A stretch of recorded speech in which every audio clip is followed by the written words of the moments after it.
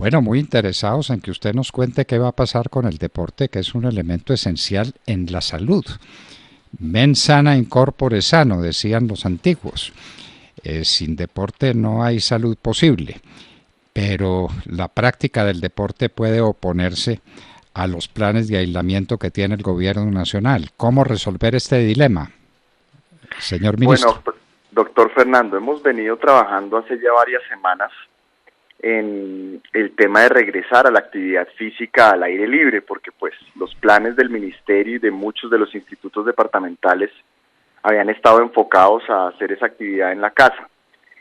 Hace un par de semanas, usted sabe, ya pudimos retomar por una hora y en edades entre los 18 y los 60, fue el decreto que expidió el gobierno. Los alcaldes lo han manejado, digamos, con los horarios que ellos particularmente han visto que sean positivos para sus ciudades, y ahora entramos en una segunda fase donde volvemos a estudiar con cada una de las federaciones cómo empezar a abrir esas puertas para los deportistas de alto rendimiento y algunos deportes aficionados.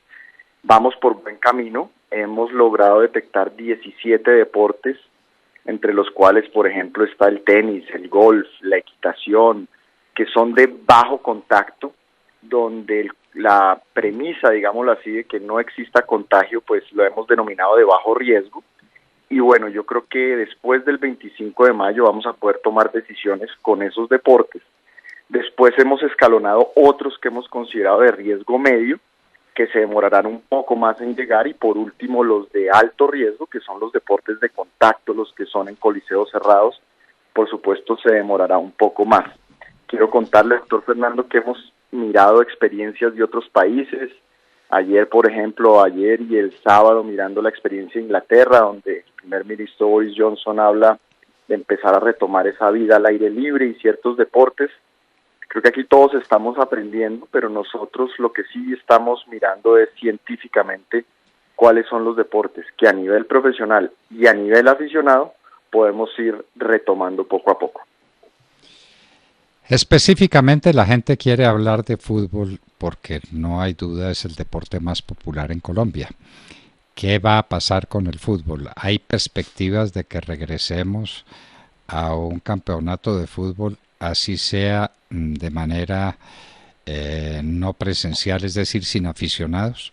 ¿Cuáles son las perspectivas del fútbol, ministro? Doctor Fernando, usted lo dice bien. Primero, el fútbol, en el momento en que se retome, se retomará sin aficionados. Eso ya es una premisa, digamos, directa, y ha sido una orden no solo del presidente, sino del ministro de Salud. Segundo, hay mucho afán por comenzar la liga, y yo en eso he tratado de hablar con todos los actores, incluidos los jugadores, dirigentes, federación, DIMAYOR. Aquí hay que, como se decía antiguamente, doctor Fernando, vístame despacio que voy de afán. Mire, nosotros cualquier decisión que tomemos frente al fútbol, que es un deporte de contacto, que es un deporte de altísima sudoración, que es un deporte donde cualquier contagio se puede, digámoslo así, replicar en otros jugadores o en el cuerpo médico o en los equipos rápidamente, tenemos que tener mucho cuidado. Entonces, la semana pasada hubo una petición formal de jugadores y jugadoras de empezar entrenamientos, como lo han hecho en otros lugares del mundo, de manera individual. Y yo creo que ese va a ser el camino a partir de junio, que regresen a entrenamientos individuales. Después pasaríamos a la fase de entrenamientos colectivos, y más hacia el segundo semestre podríamos nosotros pensar, repito, mirando también experiencias de otros países, qué pueda pasar con nuestra liga de fútbol profesional. Mire usted, España empezó con los entrenamientos individuales, y hoy algunos jugadores ya están diciendo que ellos no se van a concentrar en un solo sitio. Entonces empiezan a darse ciertas circunstancias que no es solo que un gobierno quiera o un ministro quiera que vuelva el fútbol o no, sino que también hay que tener en cuenta esas voces de los jugadores y por supuesto el entorno. Claro.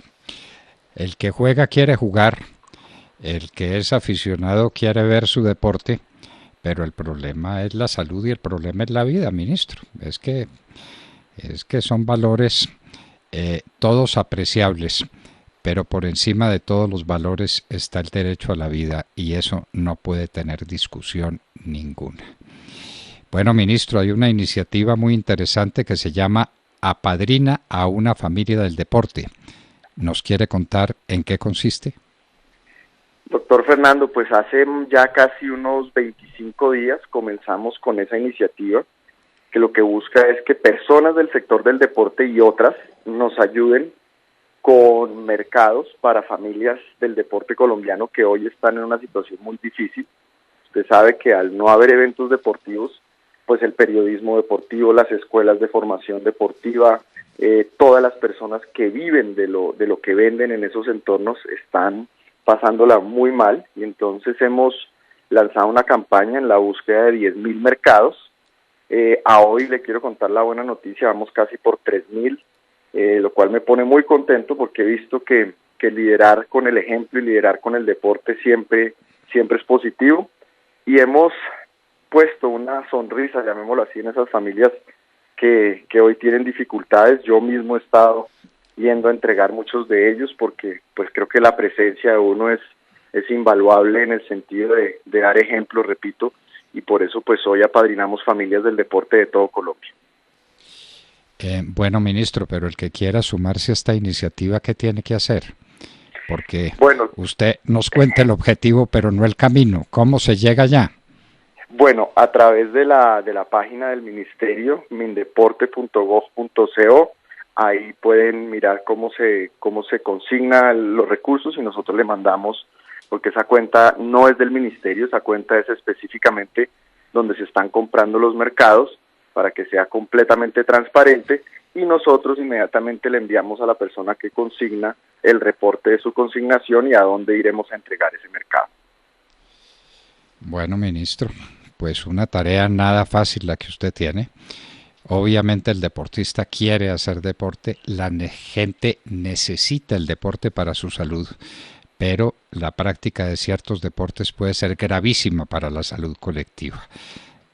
De manera que tiene usted una tarea muy delicada por delante con estas contradicciones que estamos mencionando.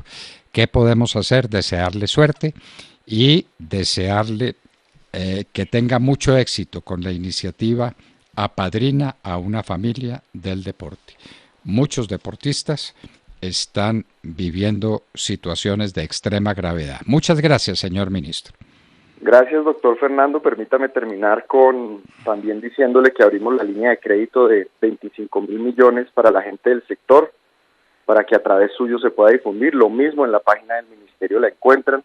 Son unos créditos con el Banco Agrario con unas tasas muy blandas, y creo que eso también nos va a ayudar este momento a reactivar el sector. Bueno, y como siempre, invitándolos a hacer actividad física con mucha responsabilidad.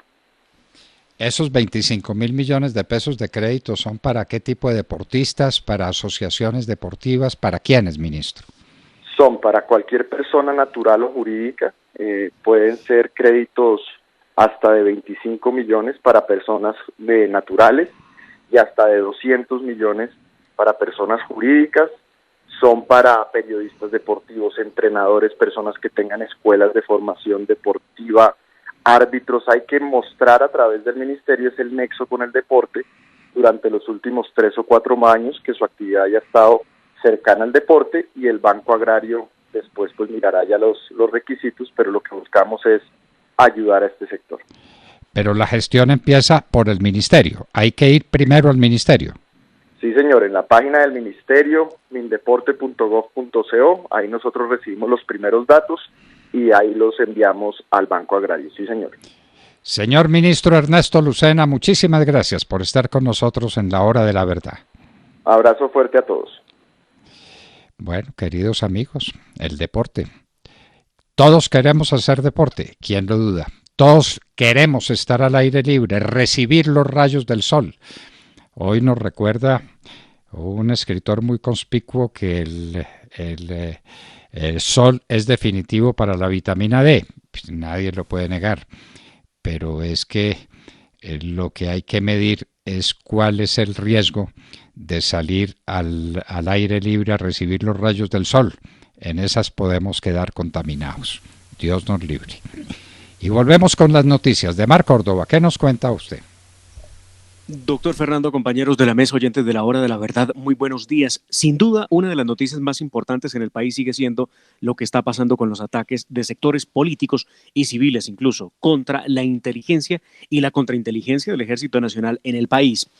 Para este fin de semana, 3 columnas enormes, una de Salud de Hernández Mora, otra de María Isabel Rueda y otra del doctor José Alvear Sanín, pusieron para claridad del país nuevos elementos, liquidar la inteligencia que ha servido para dar con los terroristas más buscados de la historia de Colombia, como alias Raúl Reyes, alias Mono Jojoy, alias Alfonso Cano, entre otros tantos que para fortuna del país fueron dados de baja. En su columna titulada Espías, Lambones y Lagartos, la periodista Salud Hernández revela lo que ella llama una escena patética en Palacio de Nariño en el gobierno de Santos, donde el general Mejía, hoy embajador del gobierno Duque en Australia, justifica 2 condecoraciones que le fueron entregadas a Esteban Santos, sí, el hijo del presidente Santos, las medallas Fe en la Causa y Mérito Militar del Batallón Guardia Presidencial en una suerte de forma para lograr llegar a ser comandante de las fuerzas militares, cosa que logró, si ustedes bien lo recuerdan. Escribe la periodista colombo-española que resulta incomprensible es que Duque y Holmes sostuvieran a Mejía y ahora siga de embajador en Australia, máxime tras la investigación de la Contraloría General que demostró actos de corrupción. Otra cosa es que haya prescrito, aunque aún podrían indagar otros asuntos oscuros. Cierro comillas, esto es lo que ha dicho Salud Hernández. Por otra parte, escribe María Isabel Rueda, pero la pregunta central sigue siendo ¿por qué un sector del ejército está empeñado en enlodar al otro, con escándalos mediáticos que logran hacer daño? Es imposible seguir ocultándolo, lo que hay es una muy profunda fractura en el ejército heredada del gobierno anterior y que no se ha podido resolver bajo el actual, dice la periodista María Isabel Rueda. En un plan cuidadosamente montado se resolvió que el comandante de las fuerzas militares, general Alberto Mejía, depuraría el ejército de sus malas fichas. Se acabó el gobierno Santos y Duque lo mandó de embajador a Australia. Pero antes, bajo la falsa idea de que con la firma del Teatro Colón en Colombia se había acabado la guerra, comenzaron a desmontarse batallones, brigadas móviles, a desactivar la inteligencia y a fortalecer la contrainteligencia y fueron instalando su rosca en los altos mandos, escribe la periodista María Isabel Rueda. El doctor Sanín, a su turno, en su columna La única inteligencia interferida en Colombia, cuestiona cómo en nuestro país es donde únicamente se ataca y persigue al aparato más importante que tiene toda nación, al punto que aquí hacen inteligencia una veintena de países y nosotros nos hacemos inteligencia a nosotros mismos para acabar con la moral de la tropa. Digo nosotros entre comillas, obviamente. Dice el doctor Sanín, ahora bien, en Colombia operan sin la mayor resistencia servicios secretos de Estados Unidos, Rusia, Israel y varios países europeos y ahora con seguridad los de China. Sin embargo, los servicios cubanos son los más activos. La embajada de ese país tiene varios centenares de diplomáticos acreditados en Bogotá, mientras en La Habana apenas hay un puñado de insatisfechos burócratas nuestros, incapaces de incrementar los mínimos intercambios comerciales con la isla famélica, paupérrima e improductiva. De esta manera, doctor Fernando, queda al descubierto que la atención ya no se centra en las heroicas operaciones de inteligencia como la Jaque, donde se logró el rescate de 15 secuestrados en poder de los terroristas de las FARC sin usar una sola bala, sino en montajes y persecuciones para acabar con algo tan sagrado como lo es la inteligencia. ¿A quién le servirá acabar con la inteligencia? ¿Qué secretos tenían? Ya lo sabremos. Pues esperamos que lo sepan, porque a veces no sabemos nada y terminamos por no saber nada. En todo caso, la inteligencia tenía que estar cumpliendo una muy buena tarea desde que quieran acabarla. Tiene que ser, claro. Pues claro, porque si la inteligencia estuviera quieta sin hacer inteligencia, nadie estaría inquieto. Nadie. Y ahí seguirían unos burócratas militares sin hacer nada. Si les cayeron encima es porque estaban haciendo cosas. ¿Qué cosas estaban haciendo? ¿A qué peligros está enfrentada la nación? Y esto que dice José Alvear Sanín es de una gravedad infinita. No solamente porque la historia lo refleja así. Dígame, ¿qué país del mundo ha acabado su propia inteligencia? Como si Israel liquidara su Mossad, o como si Rusia acabara la KGB, o como si Inglaterra terminara sus servicios de inteligencia, o los de Francia, o los de los Estados Unidos, que son tan eficientes y tan secretos e intocables intocables. Sí, señores, la inteligencia es intocable, menos en Colombia, donde la golpean, la arrastran por el suelo y la despiden. Y eso lo hace el propio ministro de Defensa. Vaya uno a entenderlo. Ojalá lo entendamos algún día de mar y algún día sepamos qué es lo que está pasando con la inteligencia de Colombia y cuáles callos estaba tocando y por qué sigue de embajador en Australia un personaje que fue funesto para la unidad de las fuerzas militares. Hoy hay un reportaje al ministro de Defensa donde admite que el ejército está partido en dos, pero que ninguna de las dos partes le va a ganar a la otra. ¿Cómo le parece la tranquilidad? Increíble. Pero no, pero ya le ganó. No entiendo el ministro de dónde saca el cuento de que no, una no le va a ganar a la otra. Si ya tenemos claramente, doctor Fernando, 11 personas retiradas del servicio en medio de esta investigación, unas publicaciones que lo único que han hecho es daño para acabar con la inteligencia. Entonces, ¿de dónde sacan que una no le va a hacer daño a la otra si ya el daño está hecho? El daño está hecho. La inteligencia militar, que es la esencia de cualquier organización militar. No de ahora, desde que se conoce la ciencia militar como tal. ¿Qué hubiera sido de Alejandro Magno sin sus servicios de inteligencia por toda el Asia? Pues que no hubiera sido Alejandro Magno, ¿verdad? Así de sencillo. Así de Como sencillo. lo dice el doctor Alvear Sanín, la ropa sucia se lava en casa, no se expone ante los medios de comunicación para que destruyan la moral de la tropa.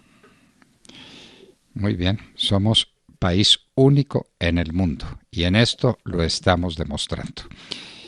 Así, queridos amigos, que estas son las noticias más importantes de la mañana, que nos tocaba el honor de incluir en ellas a Ernesto Lucena, ministro del Deporte. Atención, pensionado. El Banco Agrario tiene una buena noticia para ti.